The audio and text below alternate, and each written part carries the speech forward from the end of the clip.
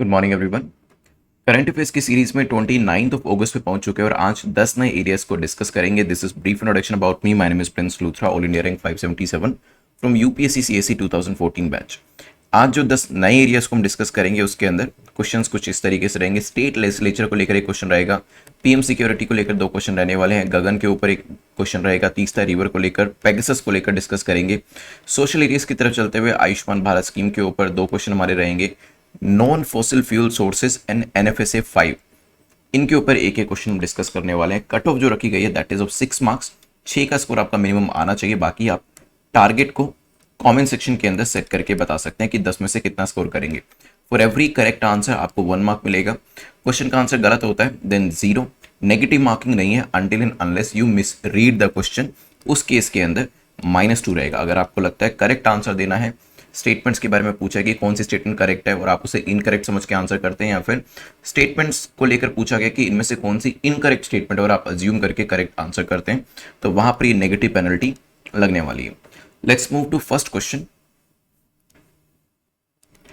First question बात करता है 2 स्टेटमेंट्स को देकर पूछा गया, बताइए करेक्ट क्या है। अब देखिए करेक्ट या इनकरेक्ट को यहाँ पर सर्कल में जरूर डालिएगा सो दैट जब आप क्वेश्चन को सोल्व कर रहे हो वो आपको याद रहे कि क्वेश्चन का आंसर में आपसे एक्सपेक्ट क्या किया जा रहा है। नाउ फर्स्ट स्टेटमेंट कहती है the criteria for disqualification from membership of a state legislature are mention in article 191।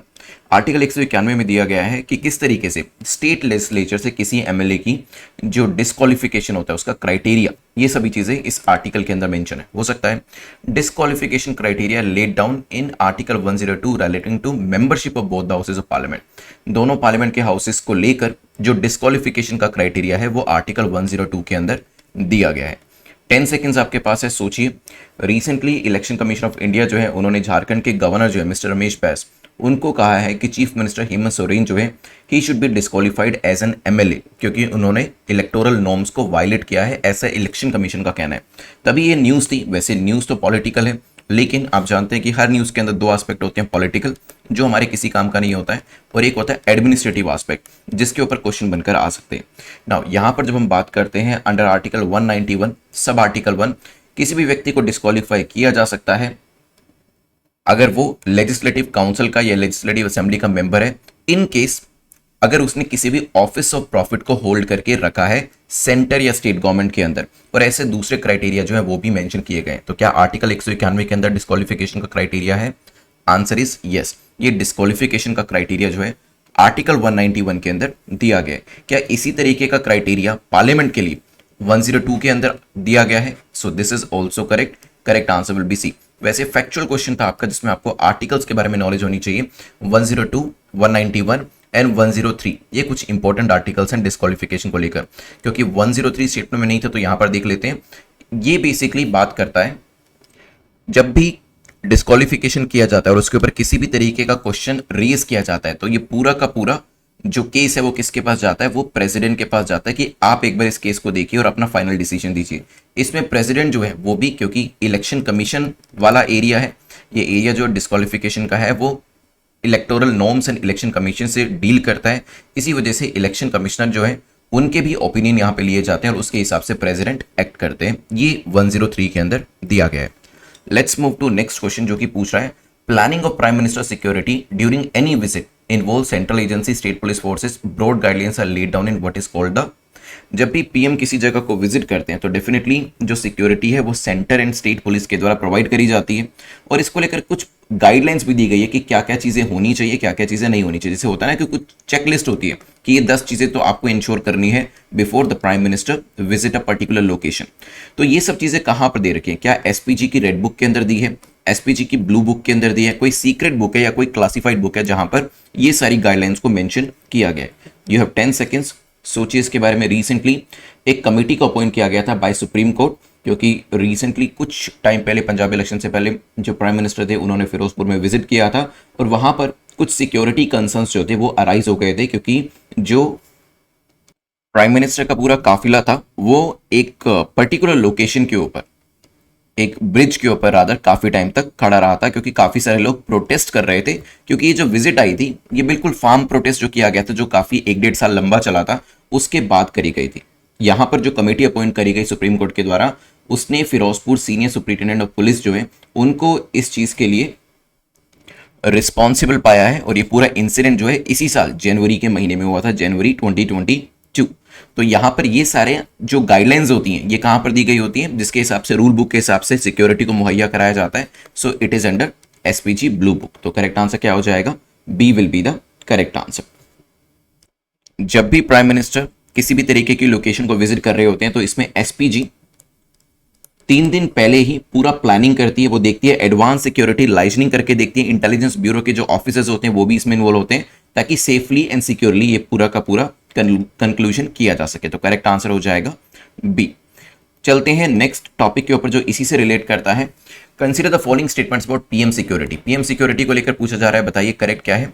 It is the responsibility of the state police to ensure overall security. तो किसकी रिस्पॉन्सिबिलिटी है, स्टेट पुलिस की है। Overall एक तरीके की रिस्पॉन्सिबिलिटी बनती है कि अगर प्राइम मिनिस्टर विजिट कर रहे हैं तो उनको सिक्योरिटी मुहैया कराई जाए।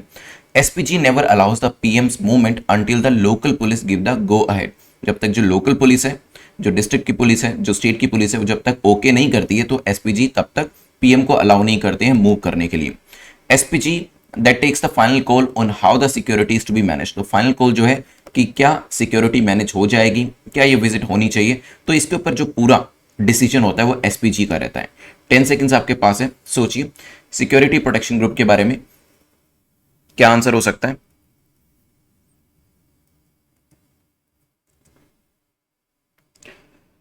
चलिए देखिए, एसपीजी या सिक्योरिटी प्रोटेक्शन ग्रुप जो है ये एक तरीके की प्रॉक्सिमिटी सिक्योरिटी प्रोवाइड करती है। आपने काफी बार इस तरीके से काफी सारे जो गार्ड्स होते हैं उनको पीएम के आसपास देखा होगा, और जब ये फिरोजपुर इंसिडेंट हुआ था तब भी आपने इन लोगों को वहां पर देखा था। Now is it the responsibility of state police, क्या स्टेट पुलिस की रिस्पॉन्सिबिलिटी बनती है? बिल्कुल, देखिए स्टेट सेंटर दोनों की बनती है, क्योंकि एक लोकेशन को विजिट किया जा रहा है that of course will be in a state and in a particular district, तो वहां पर स्टेट पुलिस की रिस्पॉन्सिबिलिटी आ जाती है।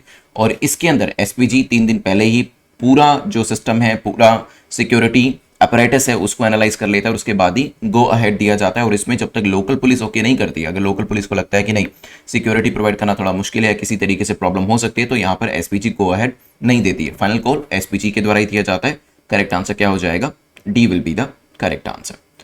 चलिए let's move to next question which is question number 4। Fourth question जो है गगन को लेकर है, पूछा गया गगन को लेकर बताएं कौन सी स्टेटमेंट आपकी करेक्ट है, कौन सा कथन आपका सही है। इसमें बोइंग 787 जो आपका एयरप्लेन है उसके अंदर गगन सिस्टम को इंट्रोड्यूस किया जाएगा 2023 से, हो सकता है। गगन जो है वो एयरक्राफ्ट को हेल्प करेगा, गाइड करेगा लैंड करने में वेरियस एयरपोर्ट्स के ऊपर। सोचिए 10 सेकेंड्स आपके पास है, फिर करते हैं डिस्कशन इसको लेकर। गगन सिस्टम के थ्रू क्या किया जा रहा है, गगन सिस्टम है क्या, इसके बारे में भी मेंशन कर सकते हैं। It is a GPS aided geo augmented navigation. क्या फुल फॉर्म है, जियो या GPS aided geo augmented navigation, लिख देता हूं यहां पर GPS aided geo augmented navigation system, so GAGAN, इस तरीके से गगन आपका बनेगा। रिसेंटली गवर्नमेंट ऑफ इंडिया ने बोइंग 787 को एग्जम्प्ट किया है, क्योंकि पहले कहा गया था कि आप इसके अंदर गगन सिस्टम जो हमारा जो इंडिजिनस सिस्टम है उसको यूज करें, लेकिन एयरक्राफ्ट मैन्युफैक्चरर ने कहा कि काफी ज्यादा हमें चेंजेस करने पड़ेंगे, तभी यहां पर 2025 तक आ गया कि ठीक है 2025 तक आप एग्जम्पशन ले सकते हैं, लेकिन 2025 के बाद आपको इस सिस्टम को इंस्टॉल करना पड़ेगा। तो अभी के लिए इसे इंस्टॉल नहीं किया जाएगा बिकॉज एग्जम्पशन यहां पर दी गई है। बट सेकंड स्टेटमेंट जो आपकी वो बिल्कुल करेक्ट है, एयरक्राफ्ट्स को लैंड करने में, गाइड करने में ये हेल्प करने वाला है। तो करेक्ट आंसर क्या हो जाएगा यहां पर, B will be the correct answer. चलिए नेक्स्ट क्वेश्चन देखते हैं जो कि बात कर रहा है Teesta river passes through which of the following state. Teesta river जो है वो कौन कौन से राज्यों से गुजरती है। Does it pass through Sikkim, Assam, West Bengal? आपको करेक्ट बताना है यहाँ पर कौन सी स्टेटमेंट आपकी करेक्ट है। रिसेंटली जो रिवर है वो न्यूज में थी बिकॉज बांग्लादेश को लेकर, इस रिवर को लेकर काफी टाइम से विवाद भी रहा है, और even during the previous regime UPA की बात करें तब भी इस रिवर को लेकर जो कॉन्फ्लिक्ट था दोनों देशों ने उसे सोल्व करने की कोशिश करी, but they could not do so because West Bengal की तरफ से काफी प्रेशर आया, जिसकी वजह से सेंट्रल गवर्नमेंट जो मिस शेख हसीना है जो कि बांग्लादेश को रिप्रेजेंट कर रहे थे उनके साथ ये मुद्दे को सोल्व नहीं कर पाए। लेकिन अभी दोबारा से इसके ऊपर इस मुद्दे को रेज किया जा रहा है ताकि इसको किसी तरीके का सोल्यूशन प्रोवाइड किया जा सके। नाउ यहां पर वैसे बात करी जाए ब्रह्मपुत्रा की, इसे एक ट्रिब्यूटरी माना जाता है। सो बेसिकली जब ब्रह्मपुत्रा असम से होती हुई फाइनली इवेंचुअली ये बांग्लादेश में जाती है, तो जो तीस्ता रिवर का पानी है वो ब्रह्मपुत्रा में मिल जाता है। It passes through Sikkim and then West Bengal. ठीक है, सिक्किम से होते हुए ये वेस्ट बंगाल में जाती है और फाइनली ये कहाँ जाती है, बे ऑफ बंगाल के अंदर। 315 किलोमीटर लंबी ये रिवर है, तो सिक्किम एंड वेस्ट बंगाल यहां पर करेक्ट आंसर हो जाएगा। Correct answer will be B है। यहां पर मैप के ऊपर भी देख सकते हैं। चलते हैं यहां से आगे बढ़ते हुए नेक्स्ट टॉपिक के ऊपर, विच इज क्वेश्चन नंबर 6, जो कि पेगासस को लेकर है, पूछ रहा है पेगासस को लेकर बताएं कौन सी स्टेटमेंट आपकी करेक्ट है। पेगासस क्या है, एक तरीके का मेलवेयर है, स्पाईवेयर है, जिसे इसराइल के एनएसए ग्रुप के द्वारा डेवलप किया गया है, हो सकता है। स्पाईवेयर एक तरीके का मैलिशियस सॉफ्टवेयर होता है, ये भी पॉसिबल है। It also has a real time access to email. Email जैसे ही मान लीजिए किसी के मोबाइल फोन के अंदर पेगासस डला हुआ है, तो जैसे ही उसको कोई ईमेल या टेक्स्ट या कोई फोन कॉल मिलता है, तो ये उसको एक्सेस कर सकता है, उसको रीड कर सकता है। साथ ही साथ कैमरा एंड रिकॉर्डिंग कैपेबिलिटीज भी इसके अंदर है। तो फॉर एग्जांपल किसी के रूम में अगर मोबाइल फोन पड़ा है, तो उसका कैमरा और जो उसका साउंड मैकेनिज्म होता है, रिकॉर्डिंग का मैकेनिज्म होता है, वो कैपेबिलिटी भी ये ऑन या ऑफ कर सकता है। 10 सेकेंड्स आपके पास है, सोचिए what should be the correct answer. Supreme court ने कहा है it's technical expert committee could not find Pegasus spyware in the 29 mobile phones of complainants but detected malware in 5 of them. तो ये कहा गया कि जो कंप्लेन करी गई थी कि पेगासस स्पाईवेयर जो है वो 29 मोबाइल फोन्स में अवेलेबल है, वहां पर इसकी टेक्निकल कमेटी ने ऐसा नहीं पाया है। नाउ पेगासस किसी तरीके का मेलवेयर है या स्पाईवेयर है। स्पाई आप जानते हैं, नजर रखने के लिए जो स्पाइज है उसको यूज किया जाता है, और स्पाईवेयर का इस्तेमाल भी यही किया जाता है कि किसी भी मोबाइल फोन से अगर आपको उसके ऊपर एक तरीके का सर्वेलेंस रखना है कि कहाँ कहाँ से मैसेजेस आ रहे हैं, किस तरीके के मैसेजेस भेजे जा रहे हैं, तो यस, इसे इजरायली एनएसए ग्रुप के द्वारा बनाया गया है। एक तरीके का मैलिशियस सॉफ्टवेयर होता है जो आपके मैसेजेस को रीड कर लेगा, ईमेल्स को रीड कर लेगा, फोन कॉल्स पे किस तरीके की बात हो रही है उसको भी रिकॉर्ड कर सकता है। इवन रूम में अगर रखा हुआ है आपका मोबाइल फोन, तो उसके कैमरा को ऑन या ऑफ करना या फिर उसके कैमरा को एक्सेस करना, वो भी ये कर सकता है। करेक्ट आंसर क्या हो जाएगा, D will be the correct answer. इसके द्वारा बनाया गया है, इजरायली एनएसए ग्रुप के द्वारा बनाया गया है। और रिसेंटली जो डेटा यहाँ पे लीक हुआ उसमें बताया गया कि जो ये पर्टिकुलर पेगासस सिस्टम है, 2 union cabinet minister, 3 opposition leader, constitutional authority के मोबाइल फोन के अंदर अवेलेबल है। ऐसा कुछ जर्नलिस्ट के द्वारा, जर्नलिस्ट के मोबाइल फोन में भी अवेलेबल है, ऐसा रिपोर्ट के द्वारा बताया गया है। Let's move to next question. Question number 7 जो है आयुष्मान भारत स्कीम को लेकर है, पूछा गया है आयुष्मान भारत स्कीम को लेकर बताएं कौन सी स्टेटमेंट आपकी करेक्ट है। Transgender person will get yearly health insurance of 5 lakh each under the Ayushman Bharat scheme. तो आयुष्मान भारत स्कीम के अंतर्गत 5 लाख रुपए पर व्यक्ति को यहाँ पर ट्रांसजेंडर पर्सन को दिया जाएगा हेल्थ इंश्योरेंस का। मे बी यहाँ पे बेसिकली उसको कवरेज देने की बात करी जा रही है, हो सकता है। Scheme aim to offer medical coverage of 5 lakh per family per year. पर फैमिली पर ईयर में जो कवरेज है वो भी अमाउंट यहाँ पर बताया गया है। अब डेफिनेटली कुछ लोगों को मिलेगा, कुछ को नहीं मिलेगा, तो यहाँ पे ये बताया गया कि किस तरीके से बेनिफिशियरी का सिलेक्शन होगा। तो बेनिफिशियरी का जो डेटा है वो SECC socio economic caste census के बेसिस पे लिया जाएगा। 10 सेकेंड्स सोचिए क्या आंसर होगा, फिर करते हैं डिस्कशन।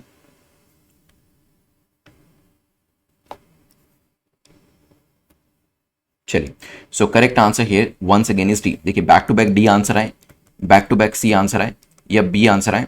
OMR शीट के अंदर जब आप फिल कर रहे हो तो बैक टू बैक अगर 5 आंसर आपके कंसेक्यूटिवली डी आते हैं, तो उस चीज को लेकर डाउट में मत आइएगा। इफ यू आर श्योर कि आंसर डी है तो वो डी में ही मार्क करिएगा। ये मत सोचिएगा कि बैक टू बैक सारे के सारे आंसर डी क्यों आ रहे हैं, कहीं मैं कुछ गलती तो नहीं कर रहा हूं। So don't think like that. अगर कॉन्फिडेंस है आंसर के ऊपर, so it could be D 5 times, 6 times, may be even 10 times consecutively.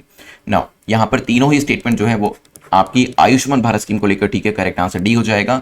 इसमें 11 करोड़ जो पुअर फैमिलीज हैं उनको कवर किया जा रहा है, और इसमें 5 लाख का कवरेज है वो दिया जाएगा। ट्रांसजेंडर पर्सन्स को भी इसमें ऐड किया गया, ये भी ध्यान रखिएगा।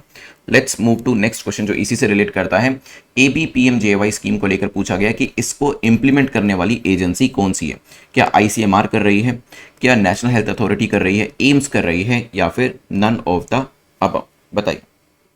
आयुष्मान भारत प्रधानमंत्री जन औषधि योजना के बारे में पूछा गया है, इसे कौन इंप्लीमेंट कर रहा है। So here NHA national health authority जो है, it is the implementing authority, एक एपेक्स बॉडी है जिसको ये रिस्पॉन्सिबिलिटी दी गई है कि ये flagship public health insurance scheme जो है उसको इंट्रोड्यूस किया जाए, और इसको साथ ही साथ डिजाइनिंग स्ट्रेटजी, टेक्नोलॉजिकल इंफ्रास्ट्रक्चर कैसे बिल्ड करना है, वो सभी काम भी दिए गए हैं। तो करेक्ट आंसर क्या हो जाएगा? B will be the correct answer. और आयुष्मान भारत को लेकर भी कुछ क्लॉजेज यहाँ पर दिए गए जो हम ऑलरेडी कवर कर चुके हैं। क्वेश्चन नंबर 9 को देखते हैं, जो बात कर रहा है कौन सी स्टेटमेंट करेक्ट है। 3 स्टेटमेंट को दिया गया है, बेसिकली ये आपके जो रिन्यूएबल एनर्जी है उसको लेकर है। इंडिया ने कमिट किया है कि 50% जो उसकी इलेक्ट्रिसिटी होगी बाय 2050 वो नॉन फॉसिल फ्यूल सोर्सेज से आएगी। तो बेसिकली 50% एनर्जी जो है वो कहां से आएगी? वो रिन्यूएबल सोर्सेज से आएगी। हो सकता है इंडिया जो है टारगेट कर रहा है कि हमारी विंड पावर जो होगी वो 60 गीगावाट होगी बाय 2022, इसी साल की बात करी जा रही है। एंड सो फार अगर हम यहां पर बात करें 40 गीगावाट जो है विंड पावर कैपेसिटी हम ऑलरेडी एस्टैब्लिश कर चुके हैं। 10 सेकेंड्स आपके पास है, सोचिए, फिर करते हैं डिस्कशन इसको लेकर।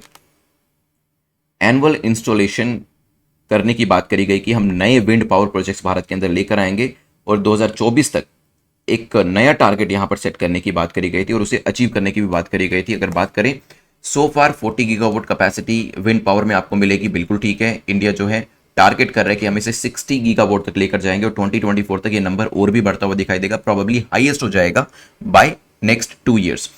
अगर हम ये बात करें कि 50% हमारा जो एनर्जी कंजम्पशन है वो कहां से आना चाहिए? वो रिन्यूएबल सोर्सेज से आना चाहिए, नॉन फॉसिल फ्यूल सोर्सेज से आना चाहिए। तो इसके लिए जो ईयर रखा गया that is not 2050, that is 2030। तो करेक्ट आंसर क्या हो जाएगा? A will be the correct answer. चलिए let's move to next question. उससे पहले एक बार देख लीजिए करंट अभी 2021 में जो नंबर था 39 गीगावाट है, 2022 में 40 गीगावाट हम टच कर चुके हैं और बाय द एंड हमने टारगेट रखा है कि 60 गीगावाट हम टच कर लेंगे। पीछे कोविड की वजह से ज्यादा कुछ काम नहीं हो पाया एंड 2030 140 गीगावाट जो है वो यहाँ पर विंड एनर्जी को डेवलप करने का टारगेट रखा गया है। लास्ट क्वेश्चन को देखते हैं जो कि एनएफएसए को लेकर है। यहाँ पर एनएफएसए 5, पीछे हमने 4 के बारे में भी देखा था, नेशनल फूड सिक्योरिटी एक्ट 5 के बारे में 2 स्टेटमेंट आपको दिए हैं, पूछा गया बताएं कौन सी स्टेटमेंट आपकी करेक्ट है। राइट टू फूड जो है उसे एक फंडामेंटल राइट माना जाता है क्या? आर्टिकल 21 के अंतर्गत हो सकता है। The coverage under NFSA is still decided by population figures of 2011 census. जो एनएफएसए के अंदर कवरेज किया जाता है कि किसको इसमें बेनिफिशियरी मानना है या नहीं मानना है, या फिर किसको बेनिफिट देना है या नहीं देना है, वो 2011 सेंसस के हिसाब से दिया जाता है। 10 सेकंड्स आपके पास है, सोचिए फिर करते हैं डिस्कशन। सुप्रीम कोर्ट ने डायरेक्ट किया है सेंटर को कि नेशनल फूड सिक्योरिटी एक्ट के अंतर्गत आपको कवरेज बढ़ाना पड़ेगा, मींस ज्यादा लोगों को आपको बेनिफिट देना पड़ेगा। अभी आप कम लोगों को बेनिफिट दे रहे हो, ज्यादा से ज्यादा नीडी पर्सन सिटीजन्स को ये बेनिफिट मिलेगा तो बेटर रहेगा। 2013 के लॉ के हिसाब से रूरल अर्बन पुअर को सब्सिडाइज फूड ग्रेन्स देने की बात करी गई थी और इसके लिए टीपीडीएस सिस्टम को लेकर आया गया था, जिसे कहते हैं टारगेटेड पब्लिक डिस्ट्रीब्यूशन सिस्टम। एक होता है यूपीडीएस, यूनिवर्सल पब्लिक डिस्ट्रीब्यूशन सिस्टम, जिसमें सभी को कवर किया जाता है। एक होता है आपका टारगेटेड पीडीएस, जिसके अंदर कुछ परसेंटेज ऑफ सिटीजन्स को कवर किया जाता है जिनको सच में बहुत ज्यादा जरूरत है सब्सिडाइज फूड ग्रेन्स की। तो क्या ये राइट टू फूड जो है आपका राइट टू लाइफ के अंतर्गत आता है? बिल्कुल ठीक है। और यहाँ पर कवरेज जो है वो 2011 के सेंसस के हिसाब से किया जाता है, क्योंकि जो नेक्स्ट सेंसस 2021 में होना था वो अभी नहीं हुआ है कोविड की वजह से। Correct answer will be C only, right. इसके अंदर ये भी ध्यान रखिएगा रूरल पॉपुलेशन का 75% और अर्बन पॉपुलेशन का अप्रोक्सीमेटली 50% पॉपुलेशन को कवर किया है, जिसमें राइस, व्हीट और कोरस सीरियल जो होता है वो 3 रुपए पर केजी, 2 रुपए पर केजी और 1 रुपए पर केजी में दिया जाता है। अंत्योदय कार्ड होल्डिंग फैमिली जो है उसमें 35 KG food grain per month देने का प्रावधान भी यहाँ पर रखा गया है। चलिए जल्दी से लेक्चर को रिवाइज करते हैं, फिर टॉपर्स कौन है वो देखेंगे और prelims question of the day भी मैं आपको देने वाला हूँ। तो यहाँ पर हमने सबसे पहले देखा था क्राइटेरिया, तो आंसर करिएगा जरूर कमेंट सेक्शन के अंदर जो जो चीजें हमने डिस्कस करी है। तो कौन कौन से आर्टिकल्स के बारे में देखा था जो डिस्क्वालिफिकेशन के बारे में बताता है? एक तो 191 है, एक 102 है, एक है जो अभी स्क्रीन पे दिया नहीं गया, वो कौन सा था? दैट वाज 103 जो हमने बाद में पढ़ा था। फिर यहाँ से आगे बढ़ के हमने planning of the PM security के बारे में देखा था, किसके अंदर दिया गया है, कौन सी बुक के अंदर? एसपीजी स्पेशल प्रोटेक्शन ग्रुप की ब्लू बुक के अंदर देखा गया है। और यहाँ पर 3 दिन पहले ही तैयारी जो है वो शुरू कर दी जाती है कि किस तरीके से पूरा विजिट को कंडक्ट किया जाएगा। पीएम सिक्योरिटी के लिए हमने बात करी थी कि क्या स्टेट का रोल रहता है, तो ये स्टेट पुलिस जो है उसका रोल काफी कॉन्स्पिक्यूअस इसके अंदर देखने को मिला है। नेक्स्ट हमने देखा था गगन के बारे में, तो क्या बोइंग 787 के अंदर इसको लेकर लाया जाएगा? अभी नहीं, अभी मना किया गया, अभी से डेफर किया गया, लेकिन कब से ही शुरू किया जाएगा कमेंट सेक्शन में बताइएगा। गगन जो है ये एयरक्राफ्ट की लैंडिंग के लिए, टेक ऑफ के लिए, टेक ऑन के लिए काफी हेल्प करने वाला है, तो 2025 के बाद इसे लेकर आया जाएगा। नेक्स्ट हमने देखा था तीस्ता रिवर को लेकर कौन कौन से स्टेट से पास करती है, it passes through Sikkim and West Bengal. इसी रिवर को लेकर कॉन्फ्लिक्ट जो है काफ़ी पुराना नेबरिंग कंट्री बांग्लादेश से चल रहा है, जिसे अभी रिजोल्व करना काफ़ी ज़रूरी हो गया। चलते हैं नेक्स्ट क्वेश्चन के ऊपर, विच इज क्वेश्चन नंबर 6, जो कि पैगासस को लेकर है। पूछा गया पैगासस के बारे में बताइए। तो इट इज़ अ मेलवेयर जो क्या करता है, जो इन्फॉर्मेशन को चोरी करता है मोबाइल फोन्स में से, और काफ़ी सारे ऐसा रिपोर्ट के द्वारा बताया गया कि जर्नलिस्ट और जो आपके पॉलिटिशियंस हैं उनके मोबाइल फोन्स में इसे इंस्टॉल किया गया है। आयुष्मान भारत स्कीम के बारे में देखा था, जिसमें हमने ये देखा डेटा कहाँ से आता है, सोशियो इकोनॉमिक कास्ट सेंसस से डेटा आता है। 5 लाख रुपए का कवरेज इसके अंदर दिया जाता है। फिर यहां से आगे बढ़ के क्वेश्चन नंबर 6 में देखा था हमने, जो ABPMJY स्कीम जो थी इसको कौन इंप्लीमेंट कर रहा है। So national health authority NHA के बारे में हमने डिस्कस किया था। फॉसिल फ्यूल का टारगेट रखा गया 50%, जो कब तक अचीव किया जाएगा 2030 ना कि 2050। 60 gigawatt wind power energy by the end of the year, जिसमें अभी हमें 2022 में और अभी 40 गीगावाट हमें देखने को मिल जाती है। NFSA 5 के बारे में देखा था, जिसमें हमने ये देखा राइट टू फूड जो है वो आपका राइट टू लाइफ के अंडर आता है, और सुप्रीम कोर्ट ने कहा कि जो आपका कवरेज है इसके अंदर उसे अभी बढ़ाने की जरूरत है। 2011 की फिगर्स को अभी इसके अंदर यूज किया जाता है। चलिए कमेंट सेक्शन में अपने मार्क्स जरूर लिख दीजिएगा जिसने जितना भी स्कोर किया है, और यहाँ पर जो prelims question of the day है वो मैं आपको दे देता हूँ। तो कमेंट सेक्शन में ये जरूर बताइएगा जो हमने आज आर्टिकल पढ़े, वैसे तो 3 पढ़े बट स्टिल कौन कौन से आर्टिकल्स ऐसे हैं जो कि MLA के डिस्क्वालिफिकेशन को लेकर हैं। अगर आप एक्सप्लेन करके लिखना चाहें तो भी चलेगा, सिर्फ आर्टिकल का नंबर बताएंगे तो भी चलेगा। ये कमेंट सेक्शन के अंदर आंसर करिएगा। यहाँ पर if you are getting the notification of the video then it's good, otherwise आप यहाँ पे बेल आइकन को प्रेस कर सकते हैं, उसके बाद ऑल बटन को प्रेस कर सकते हैं। मार्क्स अपने कॉमेंट सेक्शन में लिख दीजिएगा। Thanks for watching this video, have a nice day, take care, good bye.